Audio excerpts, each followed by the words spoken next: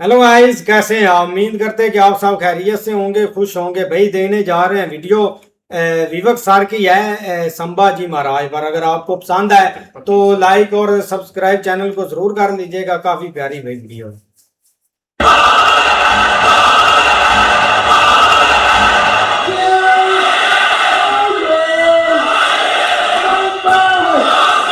हे आपका स्वागत है। मैं विवेक बिंद्रा, मोटिवेशनल स्पीकर। आज एक ऐसे इंसान की बात करूंगा, हो सकता है आपकी आत्मा कांप जाए। एक बात कहूं, वीडियो पूरा देखिएगा अगर हिम्मत है आप में तो, और कोशिश करिएगा कि अंत में रोए भी ना। इनका नाम है छत्रपति संभाजी महाराज। आपने छत्रपति शिवाजी महाराज का वीडियो देखा था। ये उनके ज्येष्ठ पुत्र 1657 में इनका जन्म हुआ। बचपन से आखिर तक केवल संघर्ष। 2 साल की उम्र में ही इनकी माता का देहांत हो गया। मां जीजाबाई, जो छत्रपति शिवाजी महाराज की मां थी, यानी कि इनकी दादी, उन्होंने इनको पालन पोषण किया। सोचता हूं कहां से शुरू करूं और कहां लेके जाऊं। अद्भुत बालक जिसके बारे में पूरी दुनिया को पता लगना जरूरी है। 13 साल की उम्र तक 13 भाषाएं सीख चुके थे। 13 साल की उम्र तक संस्कृत के विद्वान पंडित सारी रीजनल भाषाएं, भारत की पुर्तगालियों की भाषा, अंग्रेजों की भाषा, मुगलों की भाषा, साउथ इंडियन लैंग्वेज, सारी डेक्कन भाषा, कई शास्त्र लिख डाले। ध्यान दीजिएगा, शास्त्र पढ़ डाले नहीं बोल रहा। 13 साल की उम्र तक 13 भाषा और कई शास्त्र, बुद्ध भूषण और नखशिखा जैसे वो शास्त्र, और कई शास्त्र जहां पे इन्होंने अपने रायगढ़ के किलों की बात करी, गणपति का बहुत सुंदर गुणगान किया। हॉर्स राइडिंग, आर्मरी, तीरंदाजी और बॉडी बिल्डिंग, इन सब में तो इतने पावरफुल थे। एक्चुअली ना, अगर आप ध्यान से देखो तो ये एक रेयर कॉम्बिनेशन है शस्त्र और शास्त्र दोनों के। जो बच्चा या जो व्यक्ति शास्त्र पढ़ने में बड़ा एक्सपर्ट हो जाता है ना, फिर उससे शस्त्र उठता नहीं। और जो शस्त्र उठा लेता है वो शास्त्र पढ़ने में निपुण नहीं होता। अद्भुत बाल साहित्यकार, जो साहित्य पढ़ता भी था और साहित्य लिखता भी था। हुआ क्या, बुद्धि और बल दोनों बढ़ गया। 7 किलो की तलवार लेके 16 साल की उम्र में पहला युद्ध रामनगर का जीता। छोटा बच्चा होता है ना, उसका मन होता है कि पिता के साथ समय बिताए, पर पिता उस समय मुगलों से लोहा लेने में व्यस्त हो चुके थे। लेकिन एक बार छत्रपति शिवाजी महाराज ने, अभी ये 9 साल के थे संभाजी महाराज, इनको क्या बोले, मेरे साथ चलो, आगरा जा रहा हूं मैं वहां के मुगल शासक औरंगजेब से मिलने। और घोड़े में बिठा के 1250 किलोमीटर, ध्यान दीजिएगा, घोड़े में 1250 किलोमीटर 9 साल का बच्चा पिता के साथ पीछे बैठ करके पहुंच गया आगरा। आगरा में क्या हुआ ये देख के हैरान हो गया। छोटा सा बच्चा, वहां मुगल सल्तनत के राजा उस समय जापाना क्या किया, इनकी पहले तो बेइज्जती करी, उसके बाद इनको कारागृह में बंदी बना लिया। ये बच्चा घबराता नहीं था, ये करेज जितना था कि वही बैठ के सोचने लगा, कैसे निकलूं, कैसे पिता को निकालूं, कैसे निकलूं। पहले तो पिता को बाहर निकाला, कुछ दिनों के बाद खुद भी वहां से गायब हो गया, रायगढ़ पहुंच गया। 10 साल की उम्र में इसको महाराज ऑफ आमेर के पास भेज दिया गया कि कैसे पॉलिटिकल अलायंसेस को और समझ सकें। यही 2 इंसिडेंट इसके लिए बहुत हो गए थे कि कैसे ये समझे, और उसके बाद तैयारी करने लगा। हर सफल शासक के पास कोई ना कोई बुद्धिमान सलाहकार जरूर रहता है। चंद्रगुप्त मौर्य के पास चाणक्य पंडित थे, जिन्होंने धनानंद के सारे साम्राज्य को उखाड़ा था। ठीक इसी प्रकार इन्होंने उज्जैन के कवि कलश, उनको अपना सलाहकार, एडवाइजर, फ्रेंड, फिलोसोफर, गाइड बनाया, जो अपनी कविताओं के माध्यम से इनकी विचारधारा को तैयार किया करते थे। इनकी सोचने की क्षमता, इनके बैरियर को खत्म करते थे। वो उनके ऐसे महान इंटेलिजेंट एडवाइजर थे जो हमेशा इनके कवि कलश को हमेशा अपने साथ रखते थे। पिता भी युद्ध लड़ने में बिजी थे। इन्होंने 19 साल की उम्र से पिता के पीछे से अपने रायगढ़ के किले को संभालना शुरू कर दिया। 23 साल की उम्र में 1681 में पिता छत्रपति शिवाजी महाराज वीर मराठा, उनका देहांत हुआ। इन्होंने 1 मिनट समय नहीं देर गवाया, तुरंत तैयारी करी। तुरंत क्या तैयारी करी, औरंगाबाद में औरंगजेब का सबसे बड़ा किला, और ये सोचने लगे कि हमारे पास आज धन की तो कमी है, और अगर इसके किले को पहली बार मैं उखाड़ दूं, इनका धन घटेगा, मेरा बढ़ेगा, डबल बेनिफिट। औरंगाबाद की इस बड़ी लूट और बड़ी हार ने औरंगजेब को एकदम हैरान कर दिया। औरंगजेब ने सोचा भी नहीं था कि 23 साल का तो बच्चा है, ये ऐसा कैसे कर सकता है। और इसने अपने हुसैन अली खान नाम का अपना सबसे बड़ा जनरल उसको 20,000 हाथी और सैनिकों के साथ, घोड़ों के साथ, पशुओं के साथ भेजा कि इसको खत्म कर। हुसैन अली खान बोला कि 2 दिन में खत्म कराऊंगा, 2 दिन में खत्म। वहां पे मराठा इतने तेज, और इसका जो करेज था ना, इनकी लीडरशिप बड़ी पावरफुल थी। मराठा इकट्ठे हो गए और हुसैन अली खान को 1 साल लगा, कुछ नहीं कर पाए, कई बार उसको मारा। इसने इसको वापस बुलाया और 1680, 81, 82 कई दफा अटैक कराया। अच्छा, एक भी लड़ाई नहीं। एक बात बताएं आपको, पूरे इतिहास के अंदर शायद छत्रपति संभाजी महाराज ही अकेला ऐसा योद्धा रहा होगा हमारे देश से जिसने 9 साल के अंदर 120 लड़ाइयां लड़ी, लेकिन एक भी नहीं हारा। औरंगजेब सोचा पूरा नॉर्थ तो मैं जीत ही चुका हूं, अब तो केवल डेक्कन बाकी रह गया है। डेक्कन समझते ना, जो उस समय का जो दक्षिण था, अहमदनगर से नीचे लेके जो आज का केरला, कर्नाटका, तमिलनाडु, आंध्रा, हैदराबाद, जितना भी आज पूरा देखते हैं महाराष्ट्र मिला के, वो सोचा कि बस ये डेक्कन जीतना बाकी रह गया है। तो वो महाराष्ट्र की तरफ जब बढ़ने लगा तो वहीं औरंगजेब ने एक ट्रीटी साइन करने की कोशिश करी, एक कॉन्ट्रैक्ट साइन करने की कोशिश किया पुर्तगालियों के साथ गोवा में, ताकि समुद्री रास्ते से उनको एक और सपोर्ट मिले, उनके आमदन एमिनेशन मिडिल ईस्ट से आ सके। औरंगजेब बहुत तेज था, बोला सोचा नॉर्थ से भी सपोर्ट लूंगा, पोर्चुगीज लोगों को साथ रखूंगा, साउथ से और निकालूंगा, तीनों चारों दिशाओं से खदेड़ के खत्म कर दूंगा। ये तो छोटा सा बच्चा है। इन्होंने जैसे ही पता चला संभाजी महाराज को, सबसे पहले ये गोवा में घुस गए। गोवा में जाकर के इन्होंने पोर्चुगीज को तो उखाड़ उखाड़ के बहुत फेंक फेंक के मारा और ये वापस आए। उसके बाद फिर लड़ने की तैयारी करी। मेरे हिसाब से छत्रपति संभाजी महाराज की सबसे बड़ी अचीवमेंट्स में एक अचीवमेंट तो ये रही कि इन्होंने 9 साल तक औरंगजेब को मराठाओं के बीच में घुमाता रहा। औरंगजेब एक्चुअली नॉर्थ छोड़ के यहां आ गया और मराठाओं के बीच में इतना घुमाया, 8 लाख की सेना, इनकी 20,000 की सेना। इन्होंने मराठाओं को इधर से मार, उधर से मार, इतनी लड़ाइयां लड़ी, एक बार भी औरंगजेब जीत नहीं पाया। अच्छा हुआ ये क्योंकि इनको यहां बिजी रखा ना, जरा ध्यान दीजिएगा, तो उधर नॉर्थ में डेक्कन में बिजी रख करके, उधर नॉर्थ में पंजाब के अंदर, बुंदेलखंड के अंदर, राजस्थान के अंदर स्वदेशी सल्तनतें वापस तैयार होने लगी। उधर 9 साल का गैप मिल गया ना, तो 9 साल के अंदर स्वदेशी ताकतें फिर खड़ी होने लगी। हमारे देश के हिंदू राजा वापस आए मुगलों से लड़ने के लिए। ये इनको गोल गोल घुमाते रहे, इतना गोल गोल घुमाया कि पूरे भारत को जीतने का गोल हाथ से छूट गया। गोल गोल घूमा, गोल नहीं पूरा हुआ। औरंगजेब वो कहां रुकने वाला था, उसने नई तरकीबें लगानी शुरू कर दी। नीचे से सिद्दीस को साथ में लिया, मैसूर के राजा को अपने साथ में लाया, पुर्तगालियों को फिर ताकतवर बनाया, चारों तरफ से घेरने की कोशिश करी मराठाओं को। लेकिन ये उम्र से तो छोटे थे, लेकिन उम्र इनके लिए कोई बड़ी बात थी नहीं। ऐसे courageous, confident, powerful in decision making, leadership बड़ी अद्भुत, उम्र से काफी आगे चल रहे थे।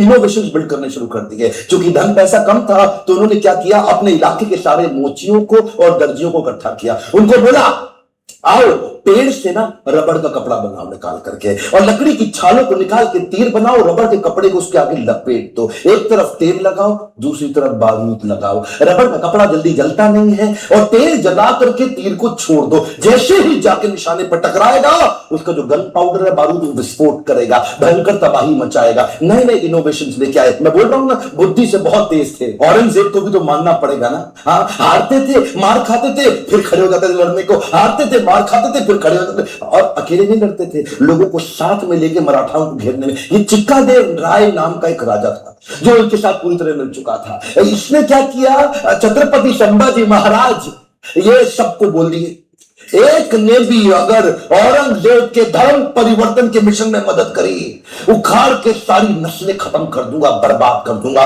मराठा हूं मैं, अपने देश के लिए काम करता हूं। और वो चिक्कादेव राय के बाद पुर्तगालियों को और सिद्धियों सबको खत्म करते चले गए। सबसे एक बात ना औरंगजेब के समझ में आ गई कि ये जो लड़का है ना, इसको मार नहीं सकते, इसको हरा नहीं सकते। संभाजी राजे भोसले 9 साल तक इनको पीटते रहे, मारते रहे। समझ में आ गया औरंगजेब इसको नहीं हरा सकते, सामने से तो नहीं लड़ सकते, कुछ और क्यों ना करे।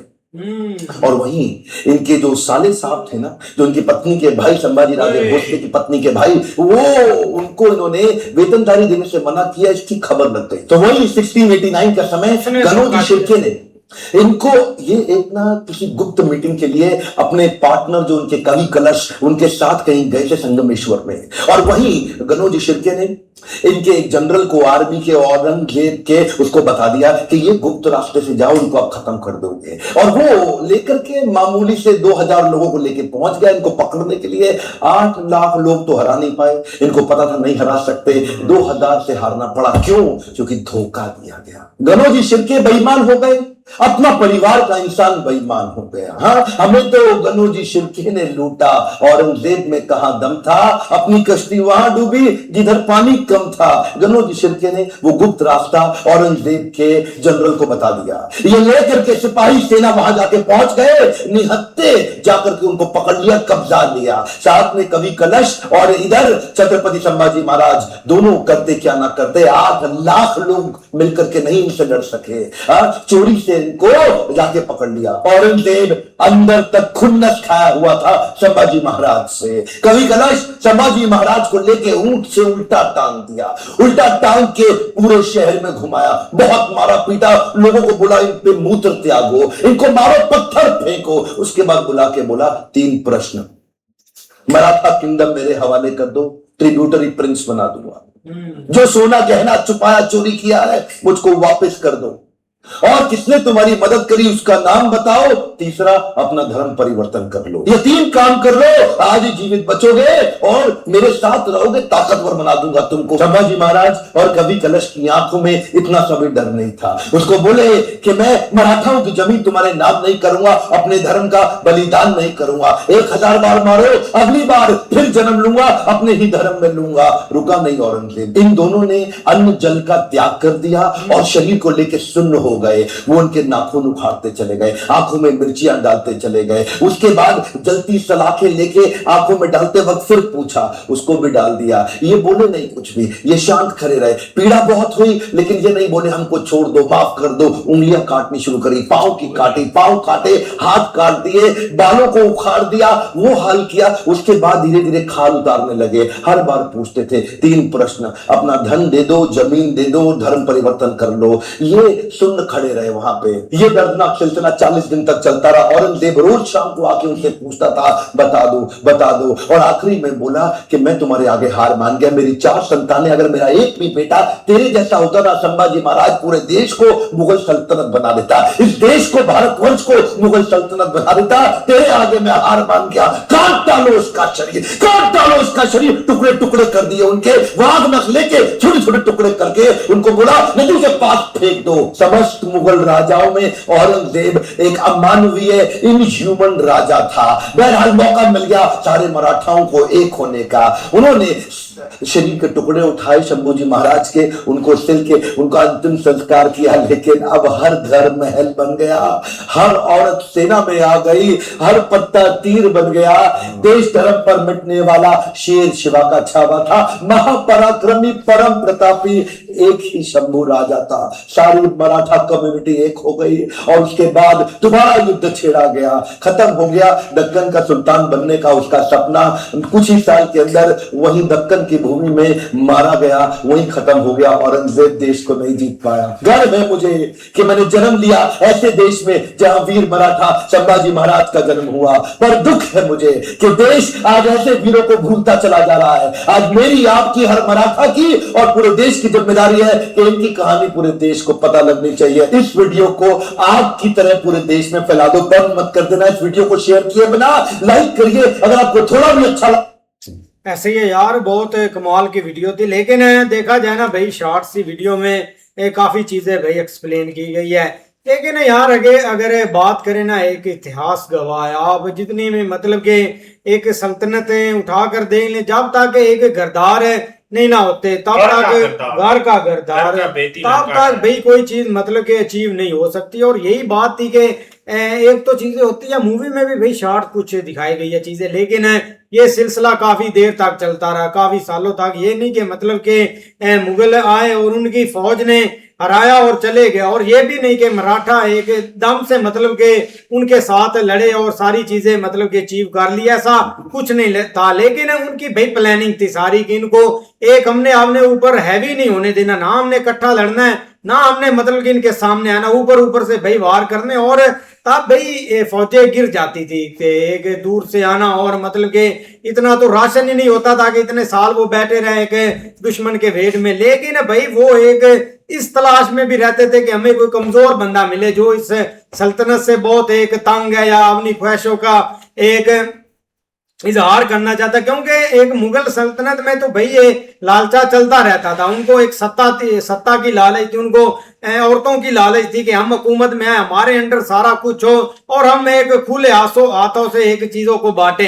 लेकिन भाई औरंगजेब ने काफी जुल्म किए थे, वो तो टोटली इस चीज के खिलाफ था कि भाई इधर सारे कन्वर्ट हो जाएं और मैं इधर एक मतलब की हुकूमत करूं। बाकी अगर भाई देखा जाए तो बड़े बड़े इधर गिर गए हैं, बहुत ज्यादा आए हैं, यहाँ तक कि इतनी जंगे भी हुई, सारा कुछ भी हुआ, अभी तक भाई मराठों का नाम चमकता रहता है। लेकिन आप मुगल या औरंगजेब की बात करें तो लोग भाई अच्छे अल्फाजों में नहीं याद उनको करते। ठीक है, पाकिस्तान में उनको अच्छे अल्फाजों से करते हैं, क्योंकि हमने बुक्स में भाई 3-4 जो एक पेज है ना वो पढ़े हुए हैं औरंगजेब की एक बहादुरी के किस्से, पता नहीं उसने क्या एक किया, ये नूर जंगी हाँ वो सारी, और ये मतलब कि ये लुटेरे थे, लेकिन हमने इनको भाई हीरो बनाया हुआ, नो डाउट है। बाकी हिस्ट्री से हमारा भाई कोई लेना देना नहीं है।